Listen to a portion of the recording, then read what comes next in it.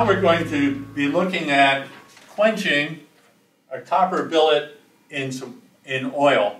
So this is a tempering process or a annealing process. So we look at how to do this, and we're looking at the amount of irreversibility as indicated by the entropy production. So in this situation, we're going to have 5 kilograms of oil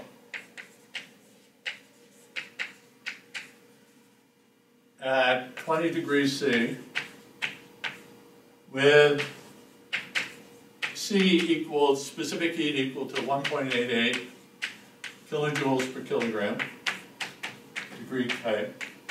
And we're going to have a copper, 1 kilogram copper billet. It'll be at 1000 degrees K, and C is equal to 0.383 kilojoules per kilogram degree K. So we can draw a sketch of this.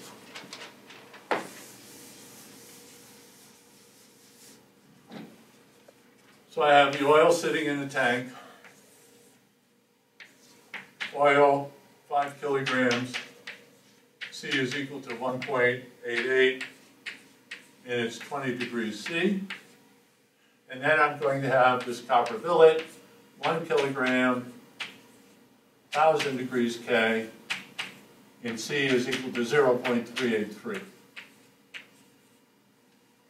And I'm going to take it and plunk it in here. And I want to calculate the entropy production. So that means I have to calculate the entropy change for the copper and the entropy change for the water as this is going on. So we know when I take this and put it in here, this is going to cool down, this is going to warm up until everything's in thermal equilibrium. We're assuming that it's adiabatic. There's no heat loss to the surroundings. Obviously no change of kinetic or potential energy and no work done. So if I look at the first law, so we have a closed system,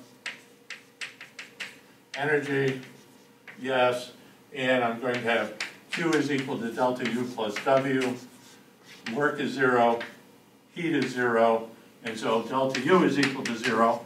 And as you know, this means that the change of internal energy of the oil plus the change of internal energy of the copper is equal to 0. Therefore, del U oil plus del U copper is equal to 0.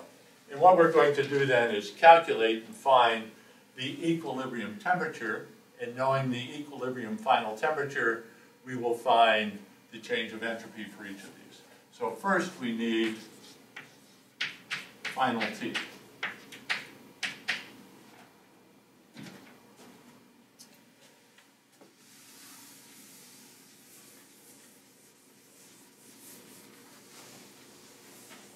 So with that, we're going to use the expression, both of these, one is a solid, one is a liquid, so we can use the formulation for the internal energy that we went through for incompressible substances to find that. So delta U oil plus delta U copper equals 0. So delta U of the oil is, so I have MC T3 minus 293, the initial temperature, plus MC T3 minus 1000, the initial temperature of the copper, is equal to 0. And now I'll substitute in the masses. So I'll have 5 times 1.88 times T3 minus 293 plus 1 times 0.383 times T3 minus 1000 is equal to 0. And we solve this and you find that T3 is equal to 320.7 degrees Kelvin. So it's about 50 degrees C, that order of magnitude. So now what we want to do is calculate the change of internal energy for the oil, change of entropy for the oil. So we want to find del S is MC times the log of T2 over T1 for the oil. So this is 5 times 1.88 times the log of 320 over 290, 320.7 over 293. And this turns out to be plus 0.8491 kilojoules per degree K.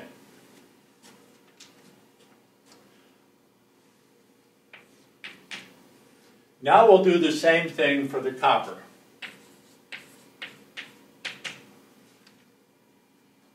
So it's MC times the log of T3 over T initial. So this is 1 times 0.383 times the log of 320.7 over 1,000. So this is equal to minus 0.4356 kilojoules per degree K. So if I sum them, so the sum of our del SI is equal to minus 0.4356 plus 0.8491, and that's going to be equal to plus 0.4135 kilojoules per degree K.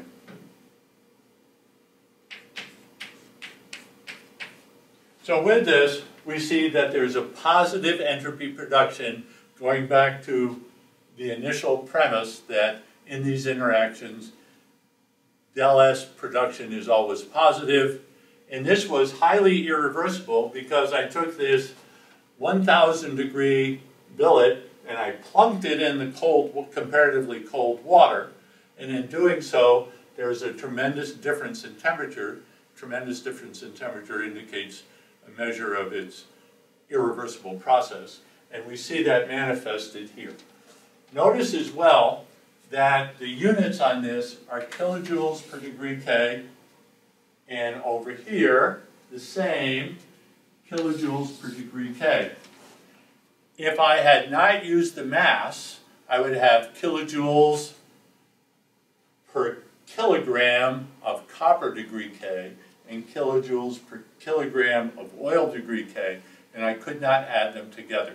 So when you have two systems, you cannot do it, two subsystems, you cannot do it per unit mass, because in that situation the units don't balance and you can't add the numbers together.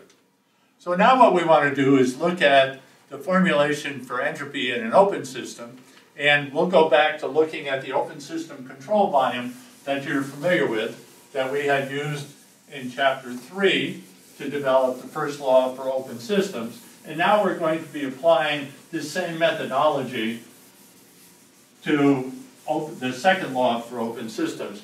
And what will we be doing is that we'll be taking a constant mass formulation and changing it to a constant space formulation.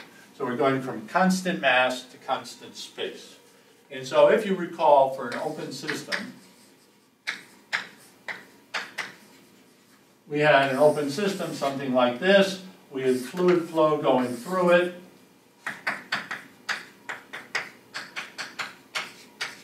We had some type of propeller in here doing our work, our power. We had heat going in. So we had all this stuff. So I had my Q dot, and I had a TI here going in, and the stuff going out. And we looked at changing. So what we did in this problem is we ended up going from a constant mass formulation to a constant space formulation. And so we did that with the first law, and now we're going to do it again with the second law. And so what we did is we applied the second law formulation that we had with delta S. So for a constant mass,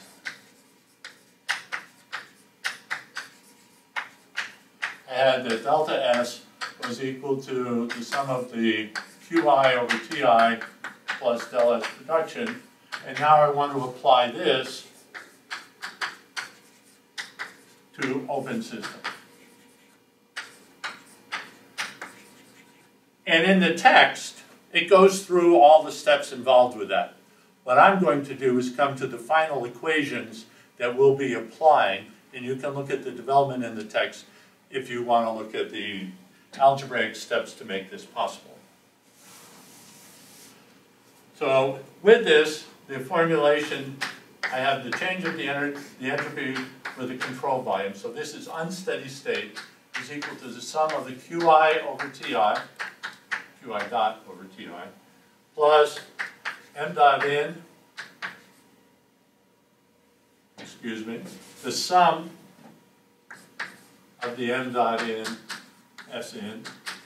Now in the book, there's not a summation, so you would be advised to go in the book and put a sum there, as well as we're going to have a summation for the mass flow out. Minus the sum of m dot out, S out, plus entropy production. And we have everything's on a time basis because we have mass flow rate, etc. So one of the differences is that I have this situation. I can have 2 or 3 things going in. I can have 1 or 2 things going out. And so I have to be able to compensate for that. This simplifies, of course, where very often we deal with steady state.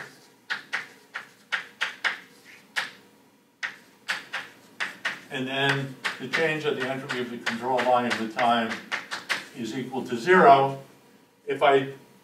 Then I end up with, and if I let the mass flow rate in equal to the mass flow rate out is equal to m dot, it becomes even simpler. So now we have steady state, steady flow.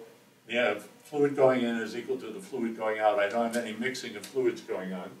We have that m dot times S2 minus S1 is equal to the sum of the Q dot I over Ti plus del S production, del S dot production. And so this becomes a simple form for the open system. And again, if it's adiabatic, then I have this, which you know how to calculate from your ideal gas law or from pure substances. And I can then calculate the entropy production for an open system. Notice as well that if I have Q dot is equal to 0, then I'm going to write on the top of the board, Q dot is equal to 0, then we have m dot times S2 minus S1 is equal to the entropy production. And I know that this is greater than or equal to 0, therefore S2 is greater than or equal to S1 for adiabatic flow.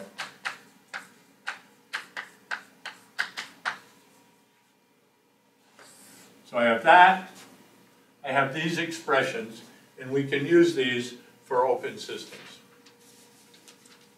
What I'd like to do now, and there are examples in the book that apply this, but I wanted you to see this. This gives us an important thing because very often turbines and compressors are adiabatic, so we can look at this to determine the entropy change across it. We have an expression to calculate the entropy production using this equation. Now I'd like to sort of illustrate the entropy production not with an open system but with a closed system, and then I'll do an open system analysis as well. But it'll give us the ability to sort of physically see what entropy production looks like on a TS diagram. So as long as we don't try to attach a physical meaning to it, all is well. It's very difficult to attach a physical meaning to entropy or entropy production.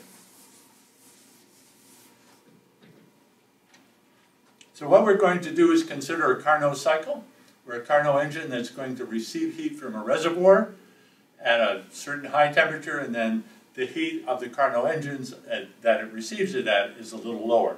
So we're going to say that for a Carnot cycle or Carnot engine, and we're going to look at the heat in.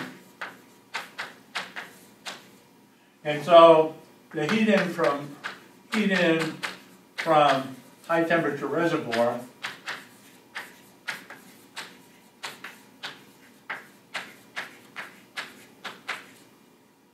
is at 1,000 degrees K, and let's say it's 1,000 kilojoules of energy. So we have that's what's coming in. And on a TS diagram,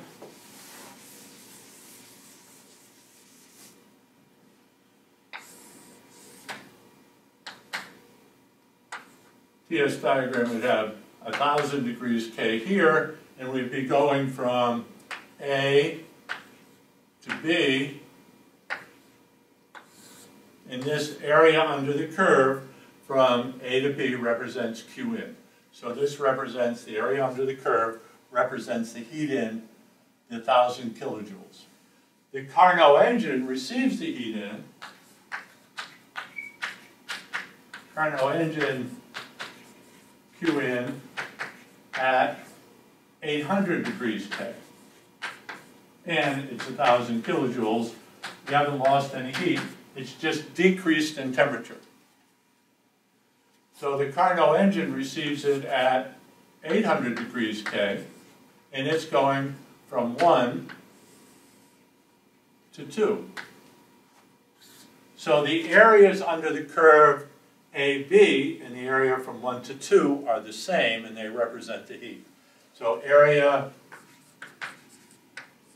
AB is equal to area 1, 2 under the curve. So and that represents Q equals 1,000 kilojoules.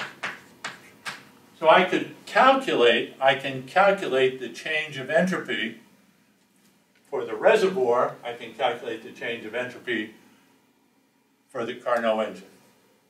So del S AB is equal to Q over T for T equals C. And so I have del S AB is equal to minus 1,000 kilojoules over 1,000 degrees K. So del S AB is equal to minus 1.0 kilojoules per degree K. So it's minus because the heat is leaving the reservoir and going into the Carnot engine. For the Carnot engine now, I can calculate del S.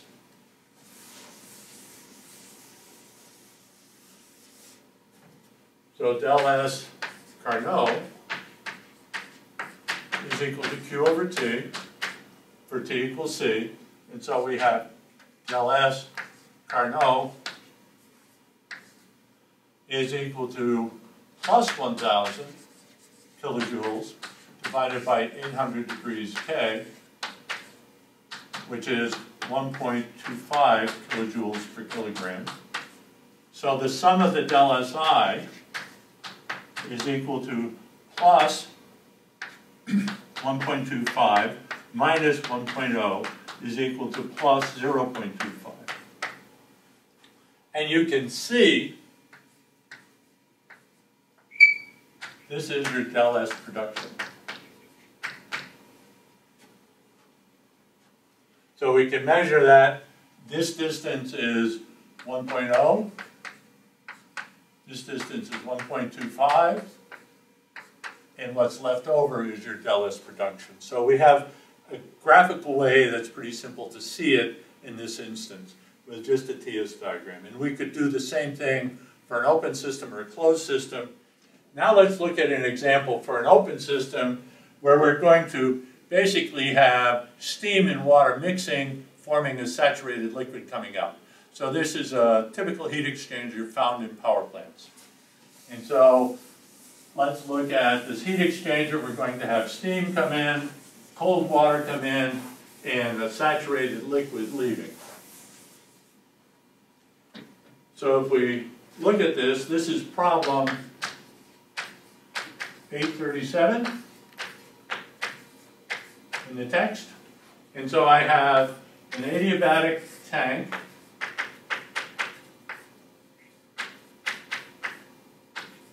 Adiabatic mixing tank or chamber. I'm going to have steam come in, steam at 300 kPa in a saturated vapor, call that 1. I'm going to have water come in. We're going to have 20 kilograms per second at 300 kPa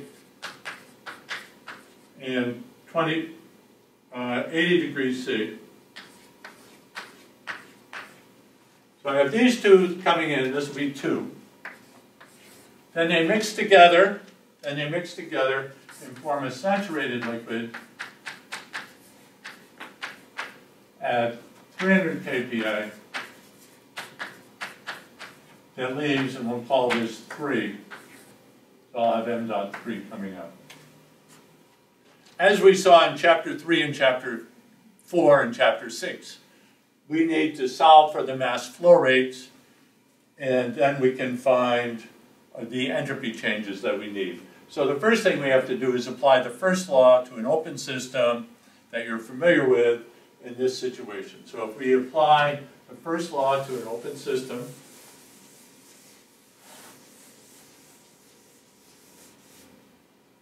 so we have, it's an open system, energy, yes, pure substance, water, and so then we're going to apply this, and we have then that Q dot plus m dot 1 H1 plus m dot 2 H2 is equal to W dot plus m dot 3 H3, and we know that m dot 1 plus m dot 2 is equal to m dot 3. So the conservation of energy, the conservation of mass, it's adiabatic, so that's 0, and there's no work done in the heat exchanger. We don't have an impeller having work go in or out of the system. So if I look these up, I can, and I know that m dot 2 is 20. So if I look up in the steam tables, I'll have the following values for the enthalpy and entropy at stage 1, 2, 3. So H1 is equal to 2725.5 kilojoules per kilogram. S1 is equal to 6.9919 kilojoules per kilogram degree K. H2 is equal to 335.7, and S2 is equal to 1.0751, and H3 is equal to 561.2, and S3 is equal to 1.6698. So at this point, I can solve for m dot 1 and m dot 2. So if I solve, I call this equation A and this equation B, I can solve these and solve for m dot 1 and m dot 3.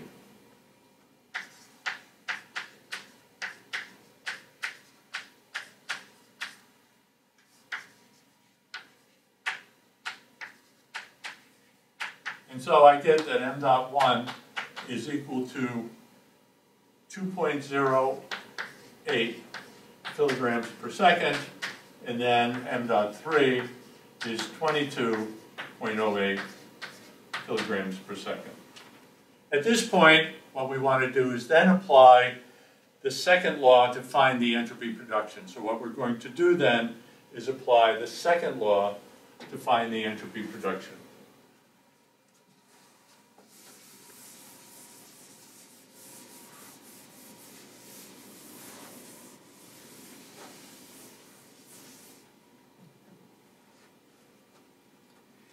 We have the sum of the m dot out, S out, minus the sum of the m dot in, S in, is equal to the sum of your Q dot I over Ti plus del S production. And there is no heat flow, so basically what I have to calculate is these terms here. So the sum of the m dot out as out is simply m dot 3 as 3, and the sum of the m dot in as in is equal to m dot 1 S1 plus m dot 2 S2. So if I substitute all that stuff in and solve for del S production, I'll have that del S production is equal to plus 0.284, I mean 0.824 kilowatts per degree K. So the same methodology that we did with the plunking of the billet, we can do now with mixing of streams. And we have this measure, this entropy production, and the greater the entropy production, the greater the irreversibility of the process.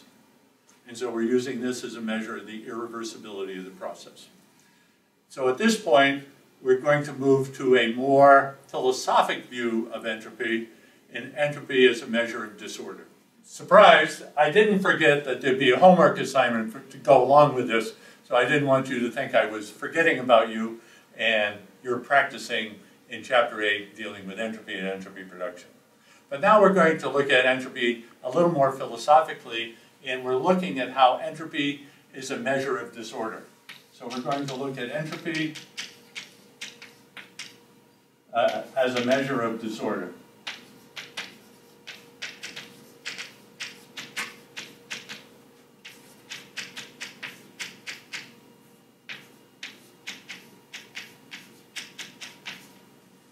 And this is more philosophical, but I'll give you an example in just a minute. So in the text, it goes through the rigorous development of looking at a gas and what happens when I have 1 gram mole of a gas and I'm separating it into 2 volumes, and I'm beginning to associate the equation for entropy at a constant temperature situation with the change of volume. So I'm looking at the change of entropy with the change of volume, and for an ideal gas, we had an expression, del S was equal to the log of the temperature difference plus the log of the volumes.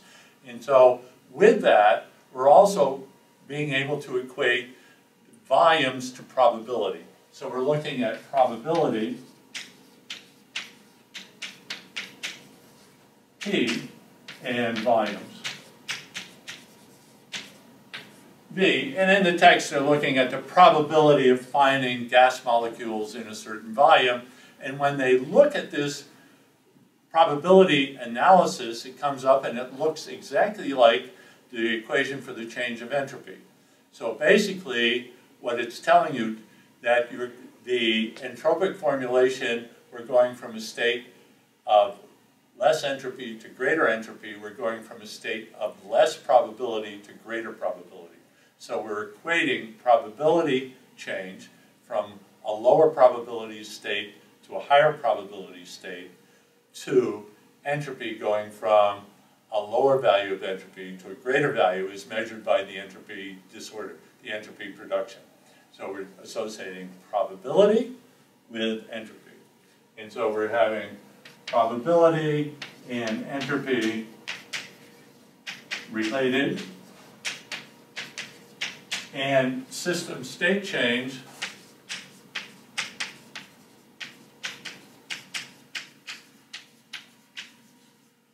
goes from lower probability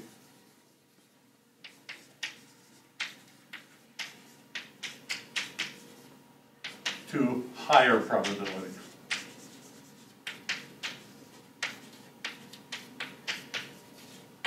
And just as it went from lower entropy to higher entropy as measured by disorder. Now, one of the ways that we can examine this is to look at pennies that we put on a table. So let's look at pennies that we put on a table, and we'll have 10 pennies, and we'll have them all heads up. Then we'll sweep them off, and we'll see if they all stay heads up or tails up, and look at what the change is. So let's do that experiment right now. So we have 10 pennies, all heads up. I'm going to sweep them on the floor. They went all over the place, and I'll look at how many heads up we have now. We have, let's see, one tail, two tail. We have 2 to 3 tails up and 7 heads up. So with that, the probability of there being all heads up is not met. And so we went from a state of lower probability, where everything being heads up, to a state of higher probability, a mixture of heads and tails. And that's the entropy and disorder matches the same thing. So the more probable state is a more disordered state. And this is used with entropy being a measure of chaos, disorder, etc. It's really the probabilistic state being one of more disorder, chaos, etc. And if you looked at the odds of our having all heads up, it's about 1 in 1,000, or 1/2 raised to the 10th power. So that's the discussion of entropy and disorder and where it comes from. And if you look at a classroom, the chairs are neat in the beginning, and at the end of class they're disordered. For me to make the pennies all go back to an ordered state, I have to put energy into the system. So the only way to make it more ordered is for me to put energy into the system, just as the janitor puts energy into the classroom system to create more disorder. So that's the discussion of entropy and disorder.